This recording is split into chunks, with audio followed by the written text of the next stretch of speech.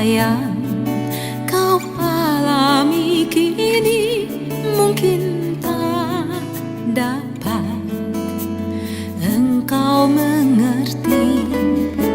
Satu hal tanamkan di hati, indah semua yang Tuhan beri.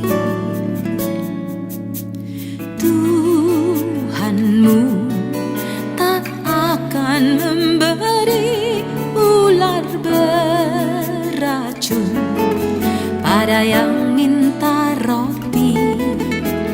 Cobaan yang engkau alami tak melebihi kekuatanmu. Tangan Tuhan sedang merendah suatu karya yang agung mulia. Saatnya kan tiba nanti, kau lihat pelangi kasih-Nya.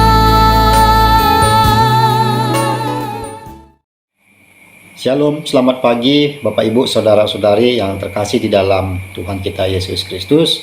Berjumpa lagi di edisi Sapaan Teduh kita di pagi hari ini. Bapak Ibu, Saudara-saudari yang terkasih, sebelum kita mendengarkan firman Tuhan yang menyapa kita di pagi hari ini, mari kita satukan hati kita bersatu di dalam doa. Kita berdoa. Ya Tuhan Allah Bapa kami yang bertata dalam kerajaan sorga, kami bersyukur ya Tuhan jikalau di pagi hari ini kami masih merasakan anugerah Tuhan di dalam kehidupan kami.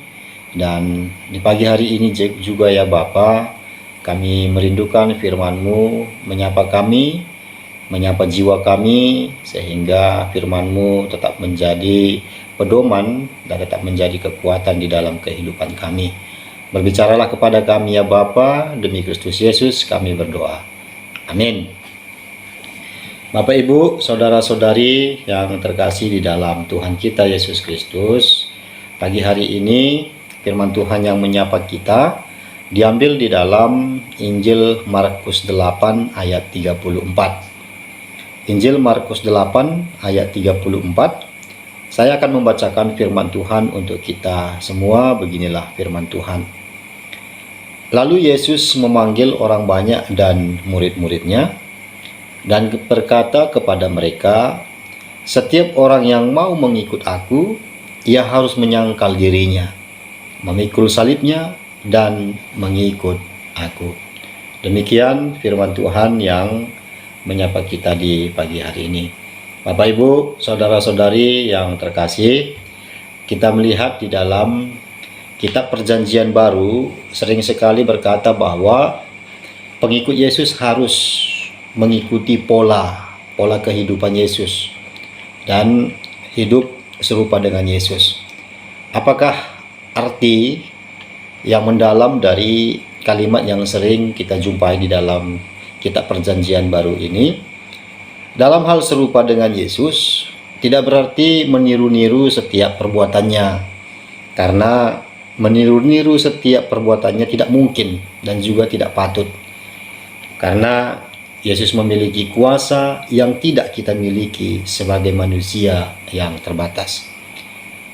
Mengingat hal demikian, firman Tuhan yang menyapa kita, mengikut Yesus perlu dimengerti dalam arti lebih dalam, seperti yang diucapkan oleh Yesus dalam pembacaan firman Tuhan yang tertuang di dalam Markus 8 ayat 34. Kalau kita memperhatikan arti mengikut Yesus yang kita pahami melalui perkataan Yesus, ada dua. Yang pertama, ia harus menyangkal dirinya. Bapak Ibu, istilah penyangkalan diri juga sama pengertiannya dengan pengosongan diri. Istilah ini ibarat ketika kita mengosongkan sebuah botol yang berisi air kotor dan digantikan dengan air yang jernih dan yang bersih dan yang dapat diminum. Kehidupan kita yang lama yang penuh dengan keberdosaan karena unsur kedagingan digantikan oleh air kehidupan yang memberi kesegaran bagi diri sendiri dan bagi orang lain. Tentunya penyangkalan diri secara teologi, kita bukan milik kita sendiri, tetapi milik Allah, seperti yang dikatakan oleh Paulus di dalam 1 Korintus 8 ayat ke-19. Kita juga menyerahkan kepentingan diri sendiri sebagai persembahan yang hidup bagi Allah. Karena Bapak Ibu Saudara-saudari, dengan apa yang dikatakan dengan penyangkalan diri, kita sedang membuka diri kita untuk diperbaharui, dan kita sedang membuka diri kita untuk dipengaruhi oleh Allah yang mengisi diri kita. Di dalam konteks sosial, tentunya penyangkalan diri adalah kasih dan pelayanan bagi orang lain. Karena kita tahu kasih tanpa menyangkal diri tidak akan memiliki nilai ketulusan. Sebab kita tahu juga bahwa kasih yang terbesar adalah melayankan dirinya atau kerelaan bagi orang lain. Seperti ketika Yesus menyerahkan nyawanya untuk kita manusia yang berdosa. Kemudian yang kedua, mengikut Yesus seperti yang tertuang di dalam Injil Markus berarti memikul salibnya. Bapak Ibu, istilah ini disampaikan oleh Yesus dalam perkataannya dengan kondisi pada saat itu bahwa seseorang yang menerima hukuman mati, dia juga yang akan dan harus memikul salibnya ke tempat penghukuman yang akan dia terima. Itu dapat kita lihat melalui apa yang dialami oleh Tuhan kita Yesus Kristus. Kita bisa bayangkan bahwa secara psikologi, secara kejiwaan, juga secara fisik sangat tertekan karena akan menerima hukuman mati, ditambah lagi dengan beban salib yang harus kita pikul. Tentu jiwa dan fisik kita mengalami ketertekanan yang sangat mendalam. Istilah ini Yesus ambil untuk menguatkan para murid dalam memberitakan kebenaran. Yesus mengingatkan para murid akan mendapatkan penderitaan dan tekanan dari banyak pihak ketika berbicara tentang kebenaran, seperti ditolak oleh tua-tua, imam-imam, dan kepala ahli Taurat. Itu tertuang di ayat sebelumnya, sebelum ayat yang menyapa kita di pagi hari ini. Yesus sebenarnya tidak mengatakan bahwa mengikut Dia harus mencari penderitaan. Namun yang ingin Yesus sampaikan kepada murid-muridnya adalah penderitaan itu akan banyak terkandung dalam kewajiban sebagai pengikut Kristus. Jadi Bapak Ibu, saudara-saudari yang terkasih di dalam Tuhan kita Yesus Kristus, firman Tuhan yang menyapa kita ketika Tuhan kita Yesus Kristus mengatakan bahwa mengikut Dia dengan berbagai tantangan yang ada, melalui apa yang terkandung dalam pembacaan firman Tuhan di pagi hari ini, kita diingatkan. Kita yang mau mengikut Yesus tidak dianjurkan untuk selalu mencari jalan yang gampang. Misalnya, menghalalkan segala cara untuk mendapatkan keuntungan. Mengikut Yesus berarti mengambil risiko untuk berpihak kepada orang yang tidak populer, orang miskin, orang yang termarginalkan, orang yang tidak dianggap, bahkan orang yang paling hina. Kita terpanggil untuk menyatakan keadilan bagi setiap manusia. Kemudian yang berikutnya, mengikut Yesus juga mengingatkan kita menerima kedudukan, menerima harta, dan menerima kuasa sebagai karunia. Namun kedudukan, harta, dan kuasa bukan untuk dipertahankan, melainkan untuk menjadi berkat bagi diri sendiri dan bagi orang lain. Bapak Ibu, di hari ini kita akan melakukan pemilihan umum. Maka firman Tuhan juga menyapa kita di pagi hari ini dan juga mengingatkan kita untuk menyangkal diri menerima politik uang dan memilih sesuai dengan hati nurani yang bersih.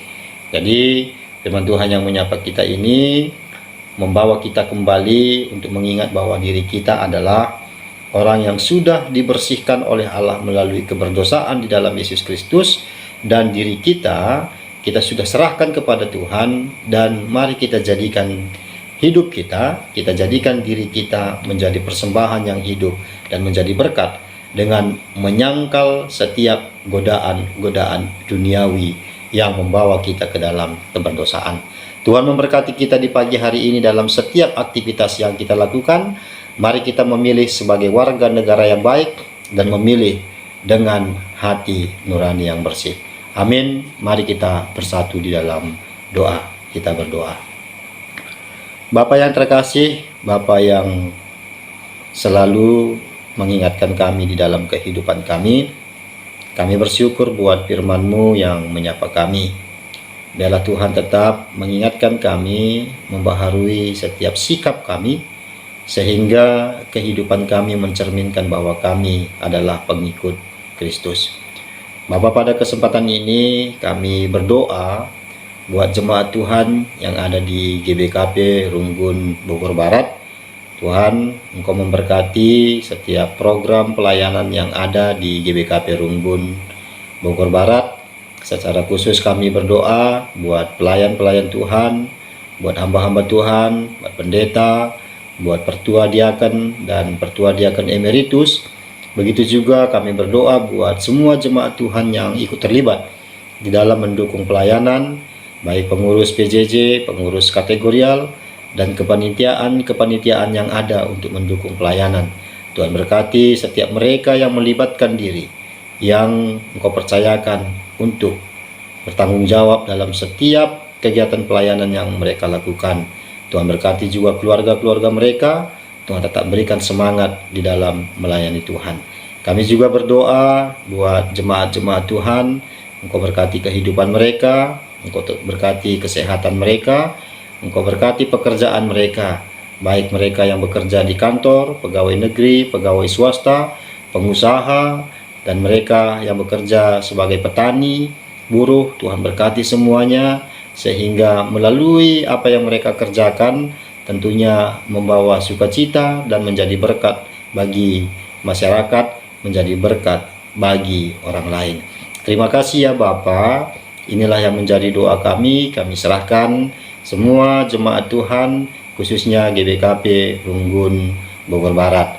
Di atas semua ini kami mengaku akan dosa dan kesalahan kami, dan kami akan sempurnakan doa ini seperti doa yang Tuhan ajarkan. Bapa kami yang di surga, dikuduskanlah namamu, datanglah kerajaanmu, jadilah kehendak-Mu di bumi seperti di surga.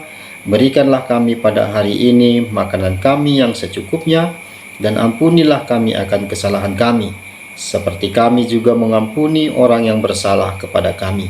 Dan janganlah membawa kami ke dalam pencobaan, tetapi lepaskanlah kami daripada yang jahat. Karena Engkaulah yang mempunyai kerajaan dan kuasa dan kemuliaan sampai selama-lamanya. Amin. Salam sehat buat kita semua. Tuhan memberkati kita.